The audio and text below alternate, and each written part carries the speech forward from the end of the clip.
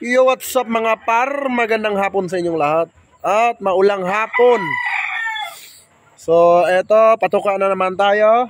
At, salamat nga pala sa ating buyers kanina na pumunta. Galing pang Pampanga. So, shout out sa inyo mga idol, no? Hindi ko na naitanong kung ano ang pangalan. Hindi na rin ako nakapagpa-picture. So, ganun kasi ako mga para, hindi ako mahilig mag picture sa mga buyers. Kaya minsan, wala talaga tayong picture sa kanila. At for ano na rin sa kanila, no? For confidential. Diba? Si Goldie, ang ating Raptor na gold. So, ayan mga par, yung breeding natin for today. Mga pure po yan mga par. Ayan, purong-puro yan mga par. Ano Goldie, kumain ka na? Ha? Ayaw mo pang kumain? Kumain ka na? Huwag ka na magpaligoy-ligoy pa. Excuse me. So, ito pala yung ating Raptor na Haney na kakaiba ang itsura. And syempre, yun pa rin. At lahat po ito mga par ay umiitlog na mga par. So, ginamitan ko yan mga par ng IG 1000 mga par. Syempre, ayan. Makulimlim dito mga par. Mukhang uulan na naman. At bukas na din yung ating pagpapashipping ng ating mga manok, no? Sa mga buyers natin. So, Friday is a shipping day. Papuntang Mindanao at papuntang Aklan. So, maulan talaga dito mga par. Ayan o, makulimlim, walang araw mga par. At syempre, yung release ng ating mga sisiw na day old ay October 27 mga par, no? So, yan yung release ng ating day old. At sa mga client natin, no, pakiantay-antay lang mga idol. At makakarating po sa inyo na maayos yung mga sisiw nyo. At sinisigurado ko rin mga idol na quality ang makukuha ninyo ng mga sisiw. So, kung ano yung itsura ng magulang, ganon din po yung itsura ng mga anak na i-release natin this coming October. And then mga idol, by December, magpapalabas tayo ng 200 pieces na mga day old.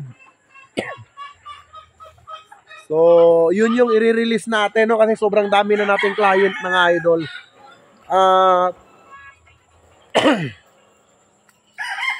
Masaya naman ako mga idol kasi sobrang dami nating client.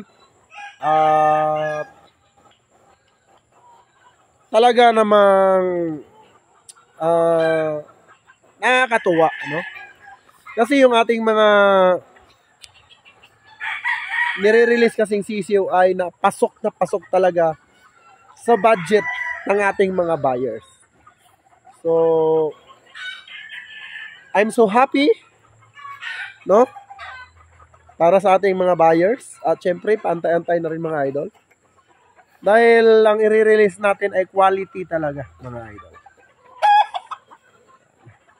At sinisigurado natin na yung i-release natin na mga sisiw ay vaccinated na po mga idol. No, lamang tayo sa lalaki mga idol. So ngayon lang ako nakapag-vlog mga idol kasi maulan, maraming buyers. Marami namang nagsasabi na i-vlog daw natin pagka may buyers, no? Hindi ko na kasi masikaso yon mga idol dahil yung buyers ang inaasikaso ko. Hindi yung pagbablog basta may buyers. So, syempre, kailangan nating mag-entertain sila para naman mabigay natin sa kanila yung manok na gusto nila. So, ayan ha, December. Ang December natin, no, mamimigay pa tayo ng 3 set ng trio At the same time, magre-release tayo ng almost 200. At kung papalarin man tayo ay bubuksan na natin ang ating GTP Game Farm mga idol. So sana maganda yung takbo ng ating December mga idol, no? At syempre thankful ako sa mga buyers ko na sumusuporta palagi at nagtitiwala sa ating rules, no? Pagdating dito sa pag-out at pag-share ng mga linyadang authentics.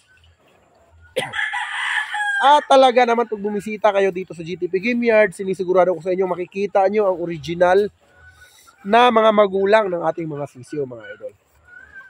So yun lang mga idol.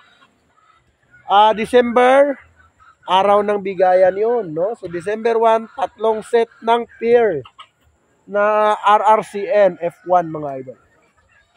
Ito, hinahanda ko na yung mga magulang nila mga idol. Ayan po. Ayan po yung anak niya nang ipapamigay natin. So, ayan mga idol, no? Dito na lang muna ang ating vlog for today dahil marami pong tumatawag sa akin at kailangan ko pong sagutin. Alright, peace out mga idol.